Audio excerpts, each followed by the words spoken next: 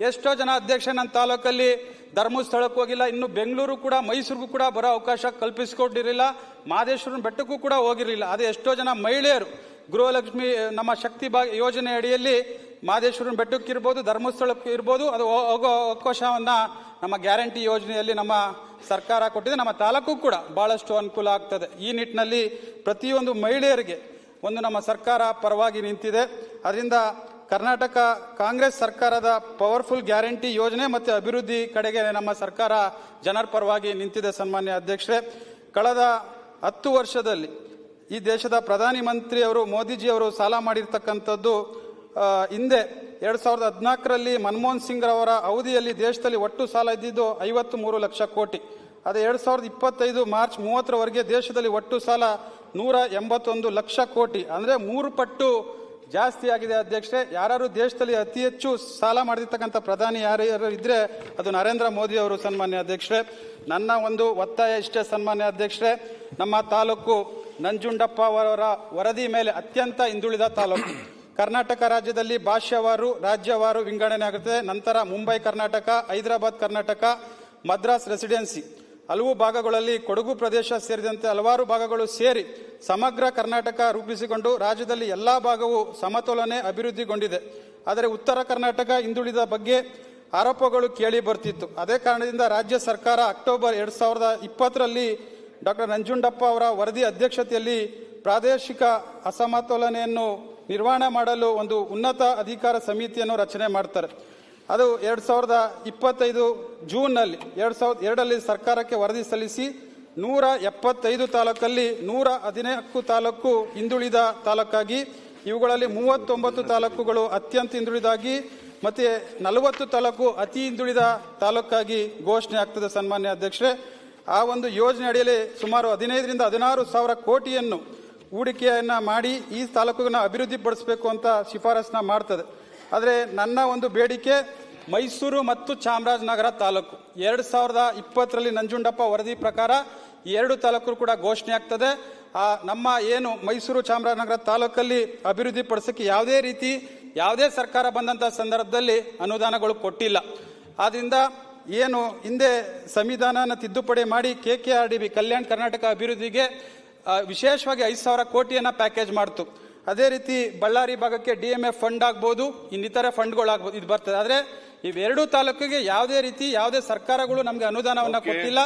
ಅದರಿಂದ ನಮ್ಮ ಒಂದು ಬೇಡಿಕೆ ಈ 2 ತಾಲೂಕಿನ ವಿಶೇಷವಾಗಿ ಪರಿಗಣಿಸಿಕೊಂಡು 25 ವರ್ಷ ಆದ್ರೂ ಕೂಡ ಈ 2 ತಾಲೂಕಿನ ಪರಿಗಣಿಸಿಲ್ಲ.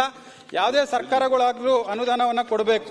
ಅದರಿಂದ ನಮ್ಮ HD ಕೋಟೆ ತಾಲೂಕು ಸುಮಾರು 1600 ಕಿಲೋಮೀಟರ್ ಚದರ ಬರ್ತದೆ. ಸನ್ಮಾನ್ಯ ಅಧ್ಯಕ್ಷರೇ, ಅಲ್ಲಿ ನಾವು ಹುಣಸೂರು ತಾಲೂಕಾಗಿರ್ಬೋದು, KR-ನಗರ ತಾಲೂಕಾಗಿರ್ಬೋದು, ಪಿರಿಯಾಪಟ್ಟಣ ತಾಲೂಕಾಗಿರ್ಬೋದು, ಈ 3 ತಾಲೂಕು ಸೇರಿಸಿದ್ರೆ HD ಕೋಟೆ ತಾಲೂಕು ವಿಸ್ತೀರ್ಣದಲ್ಲಿ ಬಹಳಷ್ಟು ದೊಡ್ಡ ತಾಲೂಕು.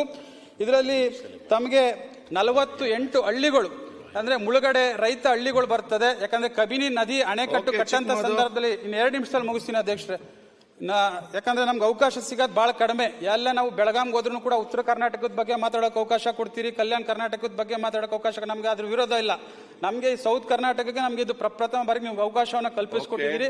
ಇನ್ನೊಂದು 3 ನಿಮಿಷದಲ್ಲಿ ನಾನು ಮುಗಿಸ್ತೀನಿ ಅಧ್ಯಕ್ಷರೇ. ಏನು 48 ಹಳ್ಳಿ ಮುಳುಗಡೆ ಆದಂಥ ಪ್ರದೇಶದಲ್ಲಿ ಕಬಿನಿ ಅಣೆಕಟ್ಟನ್ನು ಕಟ್ಟಿದ್ರು ಅಧ್ಯಕ್ಷರೇ. 48 ಹಳ್ಳಿ ಶಿಫ್ಟೆಡ್ ಆದಂಥ ಸಂದರ್ಭದಲ್ಲಿ ಸರ್ಕಾರದಿಂದ ಯಾವುದೇ ರೀತಿ ಮೂಲಭೂತ ಸೌಕರ್ಯವನ್ನು ಹಳ್ಳಿಗಳಿಗೆ ಕೊಟ್ಟಿಲ್ಲ. ಸನ್ಮಾನ್ಯ ಅಧ್ಯಕ್ಷರೇ, ಅಲ್ಲಿಗೆ ರಸ್ತೆ ಆಗಿರ್ಬೋದು, ಅಭಿವೃದ್ಧಿ ಹೇಗಾಗಿರ್ಬೋದು, ಯಾವುದೇ ರೀತಿ ಆ ಮುಳುಗಡೆ ರೈತರ ಹಳ್ಳಿಗಳಿಗೆ ಕೊಟ್ಟಿಲ್ಲ. ಜೊತೆಗೆ ಮತ್ತೆ ನಮ್ಮಲ್ಲಿ ಬಹಳಷ್ಟು ಮನೆಗಳು ಎಲ್ಲ ವರ್ಗದ ಜನಗಳು ಇದ್ದಾರೆ. ಅದರಲ್ಲಿ ಮೂಲತಃ ಪರಿಶಿಷ್ಟ ಪಂಗಡ, ಪರಿಶಿಷ್ಟ ಜಾತಿ ಅತಿ ಹೆಚ್ಚು ವರ್ಗಗಳು ನಮ್ಮ ತಾಲೂಕಿನಲ್ಲಿದೆ. ಅಲ್ಲಿಗೆ ಮೂಲಭೂತ ಸೌಕರ್ಯಗಳಿಗೆ, ಮನೆಗಳಿಗೆ ಹೆಚ್ಚಿನ ರೀತಿ ಸರ್ಕಾರವನ್ನು ಗಮನವನ್ನು ಹರಿಸಬೇಕು. ಮತ್ತೆ ನಮ್ಮಲ್ಲಿ ಕಳೆದ ವರ್ಷ 13 ಜನ ನಮ್ಮ ಏನು ಹುಲಿ ದಾಳಿಯಿಂದ ಆನೆ ದಾಳಿಗಳಿಂದ ತೀರೋಗಿದ್ದಾರೆ.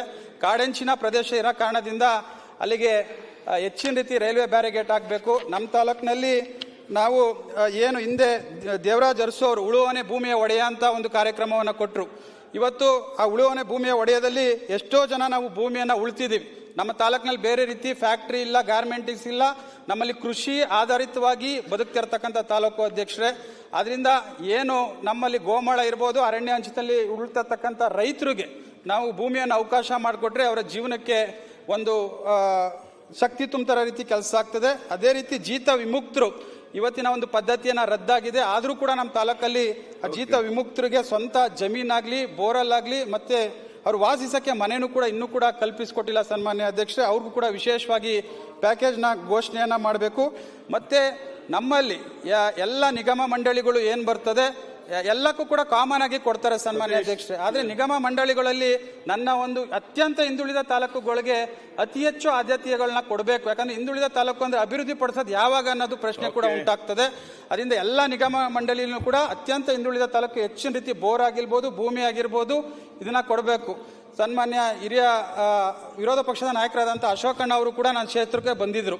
2 ಬಾರಿ ಅವರು ಕೂಡ ಗ್ರಾಮ ವಾಸ್ತವ್ಯ ಮಾಡಿದಂಥ ಸಂದರ್ಭದಲ್ಲಿ ಅವ್ರಿಗೆ ಅರ್ಥ ಆಗಿದೆ ಹೆಂಗಪ್ಪ ಇಲ್ಲಿ ಜನ ವಾಸ ಮಾಡ್ತಾರೆ, ಯಾವ ರೀತಿ ಇರ್ತಾರೆ ಅನ್ನೋ ಮಾತನ್ನು ಕೂಡ ಅವ್ರು ಹೇಳಿದ್ರು. ನಮಗೂ ಕೂಡ ಬಹಳ ಸಂತೋಷ ಆಯ್ತು. ಅವ್ರು ಸರ್ಕಾರ ಇದ್ದಂಥ ಸಂದರ್ಭದಲ್ಲಿ ಅವ್ರು ಕೂಡ ಬಂದಿದ್ರು. ಅಧ್ಯಕ್ಷರೇ, ನಾನು ಕೂಡ ಅಲ್ಲಿ ಗ್ರಾಮ ವಾಸ್ತವ್ಯ ಮಾಡಿ ಒಂದೂವರೆ 2 ದಿನ ಅಲ್ಲೇ ಇದ್ದೆ ನಾನು. ಓಕೆ, ಬಹಳ ಕಷ್ಟದ ಪರಿಸ್ಥಿತಿಯಲ್ಲಿ ನಾನು ಹೋಗಿದ್ನಲ್ಲ. ಅವ್ರ MLAಗಳು ಬಹಳ ಕಷ್ಟ ಅಲ್ಲಿ ದಿನ ಕಾಡಲ್ಲೇ ಓಡಾಡಬೇಕು. ಅವ್ರ ಪರಿಸ್ಥಿತಿನೂ ಕಾಡಲ್ಲಿ ಓಡಾಡಬೇಕು. ನಾನು ಹೋಗಿದ್ದನು ಕೂಡ ಈ ಸಂಘರ್ಷ ಇದೆಯಲ್ಲ ಕಾಡು ಮತ್ತು ನಾಡಿನ ಮಧ್ಯೆ, ಅವ್ರ ಪೂರ್ತಿ ಕಾನ್ಸ್ಟಿಟ್ಯೂನ್ಸಿ ದಿನ ಹೊಡೆದಾಟನೆ, ಕೇಸ್ಗಳು. ಅಲ್ಲಿ ಹೋದಾಗ ಕೆಲವರು ಮನೆಯೆಲ್ಲ ಬಿಟ್ಟು ಓಡೋಟಿದ್ದಾರೆ ಈ ಫಾರೆಸ್ಟ್ ಅವ್ರ ಕಾಟಕ್ಕೆ.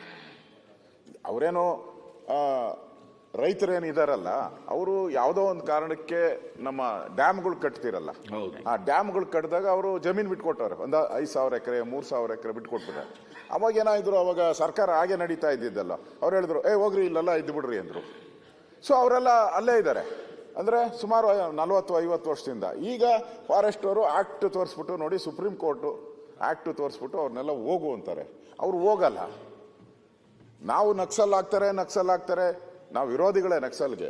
ನಾವು ಈ ತರದ್ದೆಲ್ಲ ನಾವು ಗಮನ ಕೊಟ್ಟಿಲ್ಲ ಅಂದ್ರೆ, ನಾನು ಹೋದಾಗ ನನಗೂ ಆಸ್ ಎ ರೆವಿನ್ಯೂ ಮಿನಿಸ್ಟರ್ ನನಗನ್ಸ್ತು ಇದು ಕೊಡಬೇಕು ಅಂತ. ನಾನು ಹೇಳಿ ಬಂದೆ, ಏನಾದ್ರು ಮಾಡಿ ನಿಮಗೆ ನ್ಯಾಯ ಕೊಡಿಸ್ತೀನಿ ಅಂತ. ಆ ಫಾರೆಸ್ಟ್ ಅವ್ರನ್ನೆಲ್ಲ ಕರೆದು ಅಲ್ಲಿ ಮಾಡಿದೆ. ಆಯ್ತು ಸರ್ ಏನಾನ ಮಾಡೋಣ ಅಂತ. ನಾನು ಈ ಕಡೆ ಬಂದ ತಕ್ಷಣ ತಿರ್ಗದೆ ಏನಾದರೂ ಶಾಸಕರು ಮಾತಾಡ್ತಾ ಇದ್ದಾರೆ, ನಾನು ಅದಕ್ಕೆ ಧ್ವನಿ ಕೂಡಿಸ್ತೀನಿ. ಇನ್ನೊಂದು 5 ನಿಮಿಷ ಅವಕಾಶ ಕೊಡಿ. ಸಮಸ್ಯೆ ಇರೋದು ಇಲ್ಲ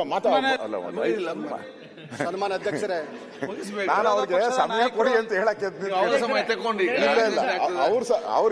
ಕೊಡಿ. ಅವ್ರಿಗೆ ಅಭಿನಂದನೆಗಳನ್ನ ಸಲ್ಲಿಸ್ತೀವಿ. ಯಾಕಂದ್ರೆ ಕಿರಿಯ ಶಾಸಕರುಗಳು ನಾವು ಅವ್ರನ್ನ ನೋಡಿ ಕಲಿಯುವಂತದ್ದು ಬಹಳಷ್ಟು ಜನ ಹಿರಿಯ ಶಾಸಕರುಗಳನ್ನ ಕಲಿಯತಕ್ಕಂಥದ ನಮಗೆ ಕಲ್ಪಿಸಿಕೊಟ್ಟಿದ್ದಾರೆ, ಅವಕಾಶವನ್ನು ಕಲ್ಪಿಸಿಕೊಟ್ಟಿದ್ದಾರೆ. ಅವ್ರಿಗೂ ಕೂಡ ಧನ್ಯವಾದಗಳನ್ನ ತಿಳಿಸ್ತೀನಿ. ಯಾಕಂದ್ರೆ 210 ಜನ ರೈತರು ಮುಳುಗಡೆ ಆದಂತ ಪ್ರದೇಶದಲ್ಲಿ ಏನು ಭೂಮಿಯನ್ನ ಉಳ್ತಿದ್ರು ಅದು ಅವ್ರಿಗೆ ಸಿಕ್ಕಿಲ್ಲ. 210 ಜನ ರೈತರು ಈಗಲೂ ಕೂಡ ಹೋರಾಟವನ್ನ ಮಾಡ್ತಿದ್ದಾರೆ ಸನ್ಮಾನ್ಯ ಅಧ್ಯಕ್ಷರೇ. ಅದರಿಂದ ಆ ಒಂದು ಹಿಂದುಳಿದ ತಾಲೂಕಿಗೆ ಹೆಚ್ಚಿನ ರೀತಿ ಆದ್ಯತೆಯನ್ನ ಕೊಡಬೇಕು. ಸನ್ಮಾನ್ಯ ಶ್ರೀ ಮುಖ್ಯಮಂತ್ರಿಗಳನ್ನ ಸಿದ್ದರಾಮಯ್ಯ ಸಾಹೇಬರು ಸ್ಪೆಷಲ್ ಪ್ಯಾಕೇಜ್ನ ಚಾಮರಾಜನಗರ ಮತ್ತು HD ಕೋಟೆ ತಾಲೂಕಿಗೆ ಪ್ಯಾಕೇಜ್ನ ಘೋಷಣೆಯನ್ನ ಮಾಡಬೇಕು. ಮಾನ್ಯ ಅಧ್ಯಕ್ಷರೇ, ಒಂದ್ ಕಡೆ ನಮ್ಗೆಲ್ಲೋ ಒಂದ್ ಕಡೆ ನೋವಾಗ್ತದೆ. ಯಾಕಂದ್ರೆ ಒಂದು ಬುಡಕಟ್ಟು ಸಮುದಾಯಗಳು ಡಾಕ್ಟರ್ 2012ರಲ್ಲಿ ಅನಿಲ್ ಅವರೇ ಎಲ್ಲರೂ ಮಾತಾಡಬೇಕು ಸರ್. 5 ನಿಮಿಷ 2 ನಿಮಿಷ ಜಾಸ್ತಿ ಆಯ್ತು. ಮೊದಲು 12 ಮಿನಿಟ್ಸ್ ಆಯ್ತು ಸರ್. 2 ನಿಮಿಷದಲ್ಲಿ ಬೇಗ ಮುಗಿಸಿ ಫಾಸ್ಟ್. ಡಾಕ್ಟರ್ ಮುಜಾಫರ್ ವಸತಿ ವರದಿ ಪ್ರಕಾರ ಹೈಕೋರ್ಟ್ ತೀರ್ಪಲ್ಲಿ 3145 ಕುಟುಂಬಗಳಿಗೆ ಪುನರ್ವಸತಿ ಕಲ್ಪಿಸಬೇಕು ಅಂತ ಆದೇಶ ಮಾಡಿತ್ತು 2012ರಲ್ಲಿ. ಇದುವರೆಗೂ ಕೂಡ ಅದು ಅನುಷ್ಠಾನ ಆಗಿಲ್ಲ. ಜೊತೆಗೆ ಸ್ವಯಂ ಉದ್ಯೋಗ ಮಾಡಿಕೊಡಕ್ಕೆ ನಿರುದ್ಯೋಗ ಯುವಕರಿಗೆ ಯುವತಿಯರಿಗೆ 15 ಲಕ್ಷ ಘೋಷಣೆಯನ್ನ ಮಾಡಬೇಕು. ಕೊಡಗು ಮತ್ತು ಚಿಕ್ಕಮಗಳೂರು ಜಿಲ್ಲೆಯಲ್ಲಿ ಲೈನ್ ಮ್ಯಾನ್ಗಳು ಕೆಲಸ ಮಾಡ್ತಿರ್ತಕ್ಕಂಥ ಬುಡಕಟ್ಟು ಸಮುದಾಯಗಳಿಗೆ ಪರಿವರ್ತನೆ ಮಾಡಿಸ್ಕೊಡ್ಬೇಕು. ಕರ್ನಾಟಕದಲ್ಲಿ ಆಶ್ರಮ ಶಾಲೆಗಳು ಕೇರಳ ಮಾದರಿಯಲ್ಲಿ 1 ರಿಂದ 12 ತರಗತಿವರೆಗೆ ಆ ಒಂದು ಬುಡಕಟ್ಟು ಸಮುದಾಯದಲ್ಲಿ ಯಾರು ಮಕ್ಕಳು ಓದ್ತಾರೆ ಅಧ್ಯಕ್ಷರೇ, ಅಲ್ಲಿ ಯಾವುದೇ ರೀತಿ ನಮಗೆ BEd DEd ಮಾಡಿರ್ತಕ್ಕಂಥ ಟೀಚರ್ಸ್ಗಳು ಹಾಕಿಲ್ಲ. ಅಲ್ಲಿ PUC ಫಸ್ಟ್ PUC 10th ಓದಿರ್ತಕ್ಕಂಥ ಟೀಚರ್ಸ್ಗಳನ್ನ ಹಾಕಿದ್ದಾರೆ. ನಮ್ಮಲ್ಲಿ 11 ಆಶ್ರಮ ಶಾಲೆಗಳು ಬರ್ತದೆ ಅಧ್ಯಕ್ಷರೇ. ನಮಗೆ ಏನು ಶಿಕ್ಷಣ ಇಲಾಖೆಯಲ್ಲಿ ಯಾವ ರೀತಿ ಶಿಕ್ಷಣ ಸಿಗ್ತದೆ, BEd ಮಾಡಿರ್ತಕ್ಕಂಥ ಟೀಚರ್ಸ್ ಹಾಕಿದ್ರೆ ಮಾತ್ರ ಆ ಬುಡಕಟ್ಟು ಸಮುದಾಯದ ಮಕ್ಕಳಿಗೆ ನಾವು ಒಳ್ಳೆ ಶಿಕ್ಷಣ ಕೊಡ್ಸಕ್ಕೆ ಸಾಧ್ಯ ಆಗ್ತದೆ. ಅದರಿಂದ ಸರ್ಕಾರ ಇದನ್ನು ಗಮನದಲ್ಲಿ ಇಟ್ಕೊಂಡು ಶಿಕ್ಷಣ ಇಲಾಖೆಗೆ ಅದು ಆಶ್ರಮ ಶಾಲೆಯನ್ನು ವರ್ಗಾಯಿಸಿ BEd DEd ಮಾಡಿರ್ತಕ್ಕಂಥ ಟೀಚರ್ಸ್ಗಳಿಗೆ ಹಾಕಿದ್ರೆ ಮಾತ್ರ ಆ ಮಕ್ಕಳುಗಳು ಮುಂದೆ ಬರಕ್ಕೆ ಸಾಧ್ಯ ಆಗ್ತದೆ. ನಮ್ಮ ತಾಲೂಕಲ್ಲಿ ಬಹಳಷ್ಟು ಜನ ಯುವಕರು, ಯಾಕಂದ್ರೆ ನಾನು ಮೊನ್ನೆ ಸಂತೋಷ್ ಲಾಡಣ್ಣ ಅವ್ರಿಗೆ ನಾನು ಮನವಿ ಮಾಡ್ತೀನಿ, ಸರ್ಕಾರದ ವತಿಯಿಂದ ಒಂದು ಉದ್ಯೋಗಗಳ ಮೇಳವನ್ನ ಮಾಡಿಕೊಟ್ರೆ ನಮ್ಮಲ್ಲಿ ಸಾವಿರಾರು ಜನ, ಒಂದು 10,000ದಿಂದ 15,000 ಜನ ಮೈಸೂರಿಂದ ಬೆಂಗಳೂರಿಗೆ, ಬೆಂಗಳೂರಿಂದ ಮೈಸೂರಿಗೆ ಏನು ಹೋಟ್ಲರ್ ಸಪ್ಲೈಯರ್ಸ್ ಆಗಿ ಕೆಲಸವನ್ನ ಮಾಡ್ತಿದ್ದಾರೆ ಅಧ್ಯಕ್ಷ. ಇದೆಲ್ಲೋ ಒಂದ್ ಕಡೆ ನಮಗೆ ನೋವಾಗ್ತದೆ. ಯಾಕಂದ್ರೆ ಬುಡಕಟ್ಟು ಸಮುದಾಯ ಇರ್ಬೋದು, ಡಿಗ್ರಿ ಓದಿರ್ತಕ್ಕಂಥ ನಮ್ಮ ಯುವಕರಾಗಿರ್ಬೋದು, ಇಲ್ಲಿ ಬಹಳಷ್ಟು ನಮಗೆ ಉದ್ಯೋಗಗಳು ಸಿಗ್ತಿಲ್ಲ. ಇಲ್ಲಿ ಬಂದು ಹೋಟ್ಲಲ್ಲಿ ಕೆಲಸ ಮಾಡೋದು, ಬೇರೆ ಬೇರೆ ರೀತಿ ಕೆಲಸ ಮಾಡ್ತಾರೆ. ಉದ್ಯೋಗ ಅವಕಾಶ ಕಲ್ಪಿಸಿದ್ರೆ ಒಳ್ಳೊಳ್ಳೆ ಕಡೆ ನಮ್ಗೆ ಅವ್ರಿಗೆ ಅವಕಾಶ ಸಿಗ್ತದೆ. ಆದ್ರೆ ಮಹಿಳೆಯರಿಗೂ ಕೂಡ ಹೆಚ್ಚಿನ ರೀತಿ ಗಾರ್ಮೆಂಟ್ಸ್ ಮಾಡ್ಕೊಡ್ಬೇಕು ಅಂತ ಈ ಸಂದರ್ಭದಲ್ಲಿ ಮನವಿ ಮಾಡಿ, ಈ ಸಂದರ್ಭದಲ್ಲಿ ನಮ್ಗೆ ಅವಕಾಶವನ್ನ ಮಾಡಿಕೊಟ್ಟಿದ್ದಕ್ಕೆ ಧನ್ಯವಾದಗಳನ್ನ ಹೇಳಿ ನನ್ನ ಮಾತನ್ನ ಮುಗಿಸ್ತೀನಿ.